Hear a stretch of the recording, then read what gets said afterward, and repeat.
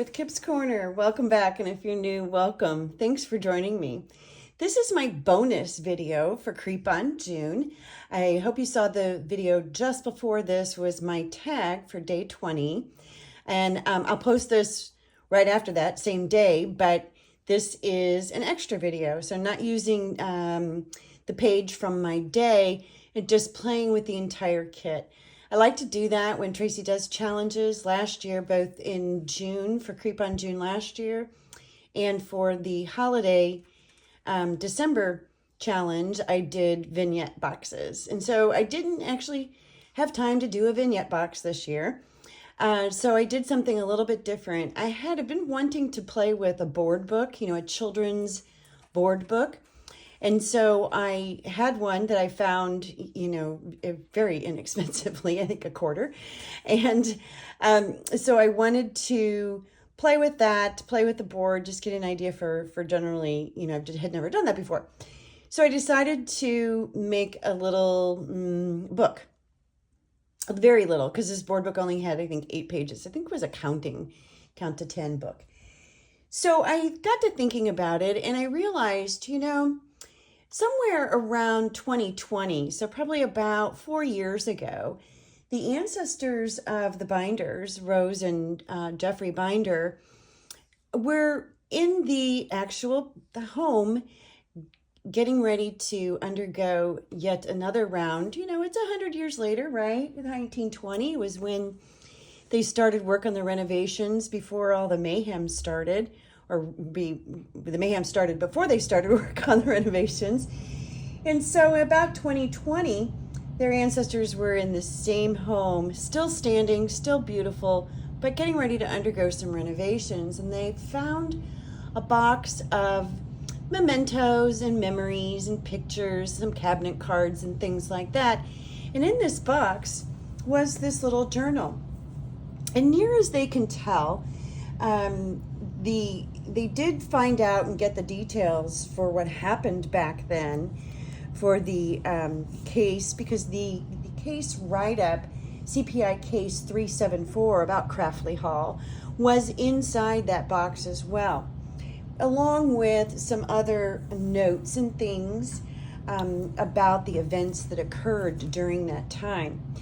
But they also found this book, and they're not sure. They think Rose might have put it together. It also could have been Alice, and it appears to be just a few reenactment, if you will, just of a few of the events that occurred during that time. They know from the report that it's not everything that happened, but I think probably it might have been Rose working through the trauma after everything happened, and just, one of understanding that it helps to heal when you are creative. And so it looks like Rose put this together.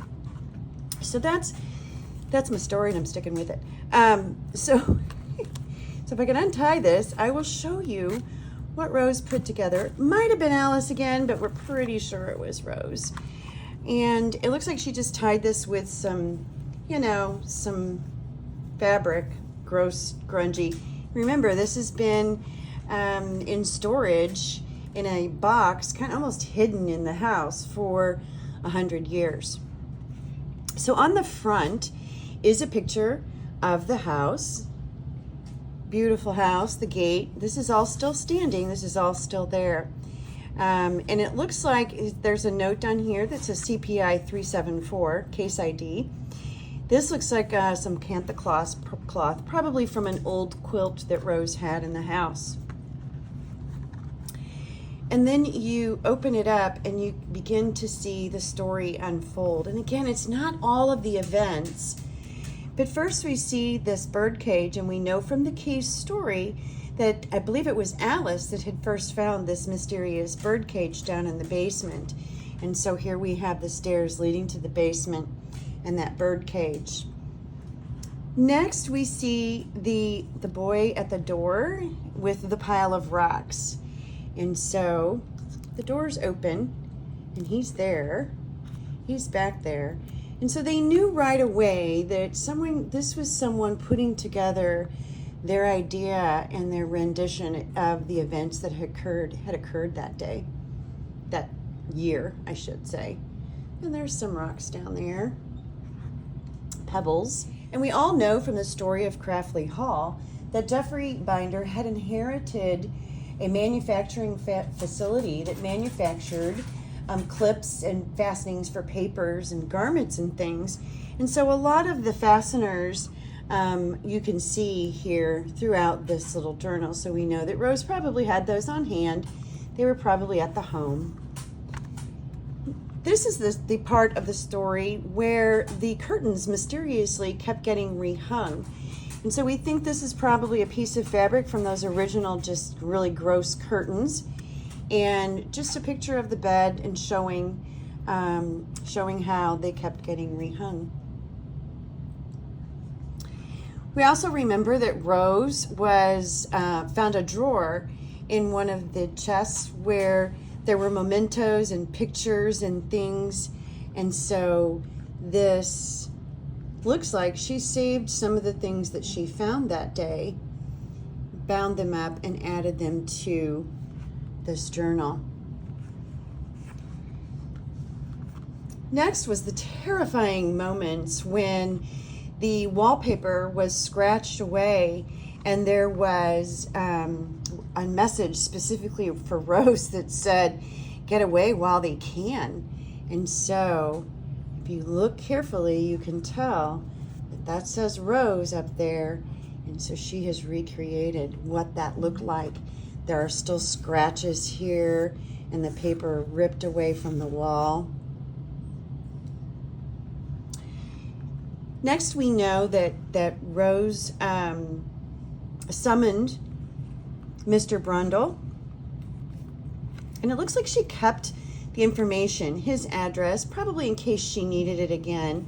And then she kept, we suspect that she wrote the letter twice, and she kept one of them in here just as a record of her request for him to come visit them. And it looks like it's had some rips and some tears along the way. It's an old piece, and so it very delicately is in this envelope.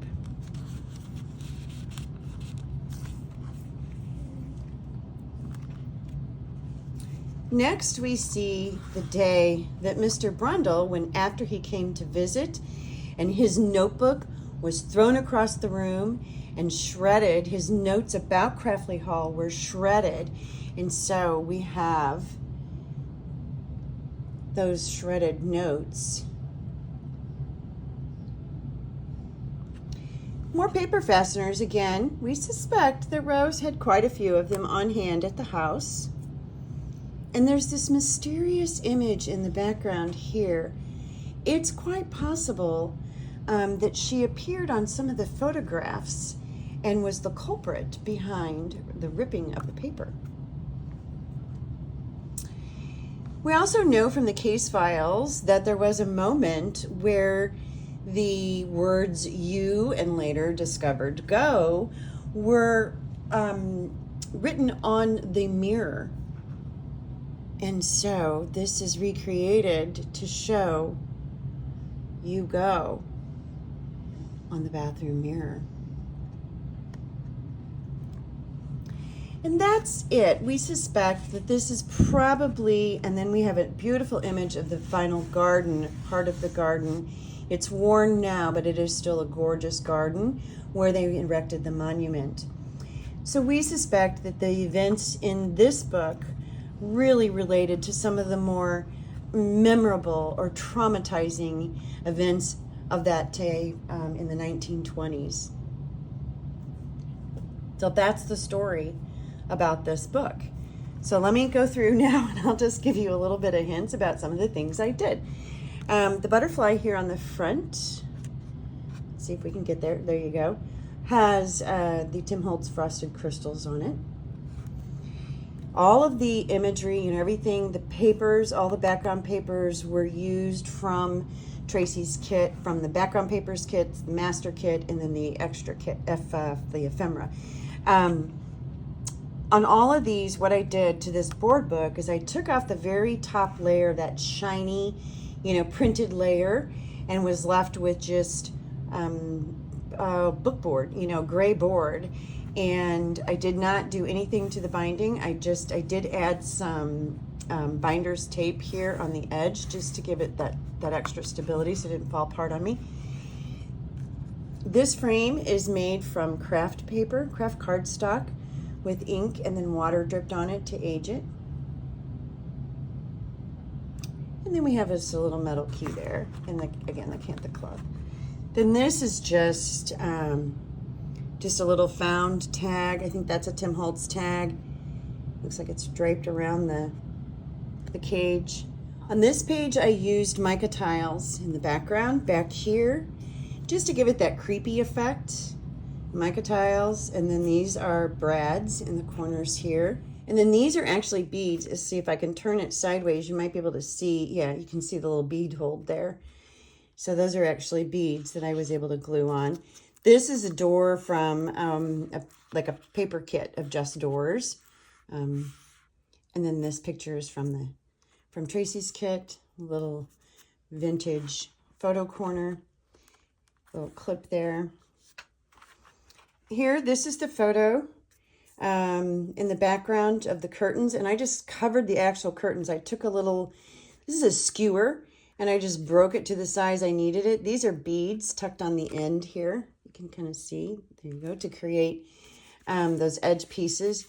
And then this fabric, I just ripped it up and folded it over. I just totally used glue and a little piece of velvet here, and that's just a little charm with the top bail broken off. Cantha cloth in the back. So not a whole lot,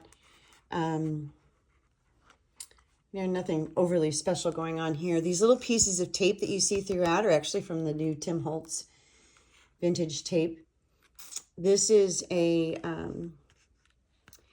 little, I don't know, it's from Finnabar. It's a little dot thingy with copper paint on the bottom of it. And then just the pieces stacked. There's a watchmaker's piece there. There's some chain down here, some vintage buttons here. Is that focusing? There you go. Some colored cheesecloth just mixed in, and some small photos, postcards printed out. There's a little bit of cloth tape measure, more of that tape, another vintage button, a rusted paper clip. So just a really pocket watch hand, two of them.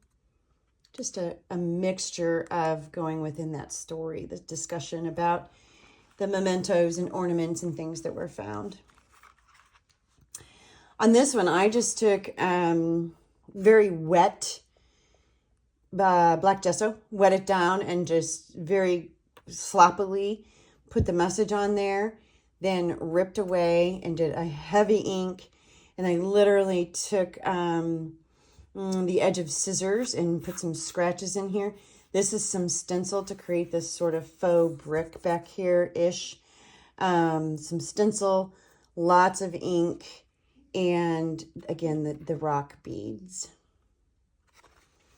And then on this one, this is just everything cut out. This was from my own, these stamps are from my own stamp collection, and which I have, I had stamps in my sale, under the miscellaneous sale, which by the time this video plays will have been over. But just cut everything out.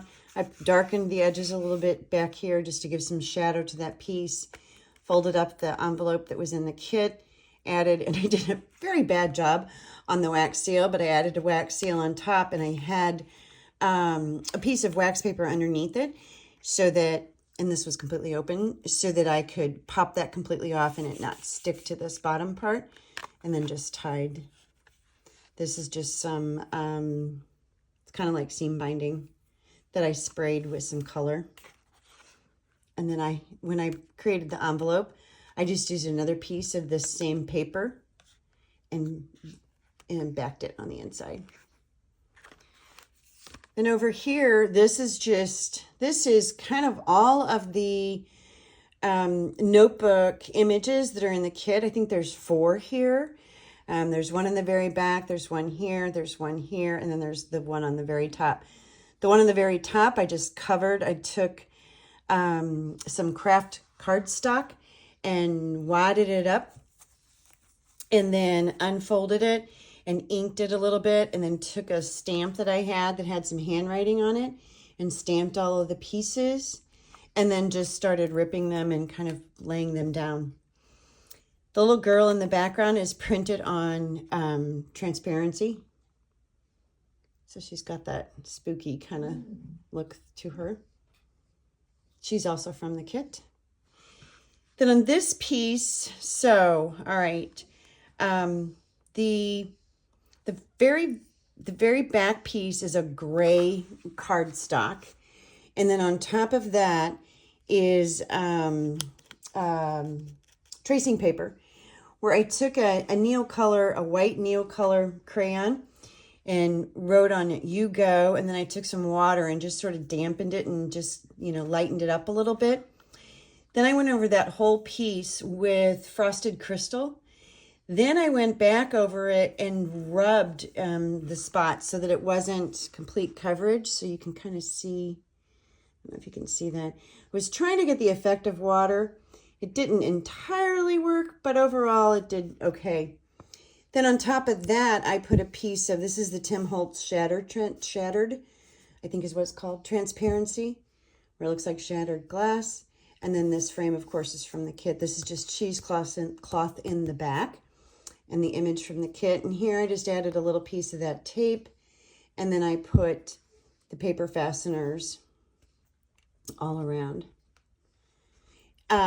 So I should say, first thing I did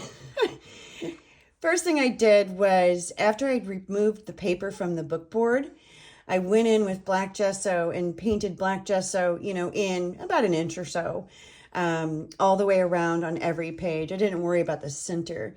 Then I took printouts from the background papers and just picked, a variety. I didn't use all of them, but I did use quite a few of them. Each page is different. And then I just cut them to size and glued them on using liquid matte gel. And then I put a coating of that same matte gel over top. Let all of that dry very well. And then I went in and started decorating. See, this has a protective coating over it. I sanded around the edges a little bit, ripped some of it up intentionally a little bit, and then put ink behind it. So just wanted to grunge it up, and you can kind of see here's more of that in here. So I just wanted to grunge it up in general. And yeah, that's it. That is the journal, maybe we'll call it an art journal of Rose, Rose recreating some of the events that happened during the 1920s, during the case of Craftley Hall, before everything was settled and ironed out. So I hope you enjoyed that. Thank you so much. Bye-bye.